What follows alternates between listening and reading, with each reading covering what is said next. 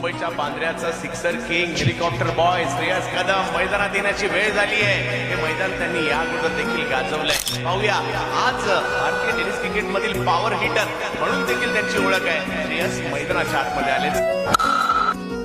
रोशन है ये ज़मीन यावेळेला फिरकावून दिलाय बॉल. लांब लांब लांब जा, शोधून आणा बॉल.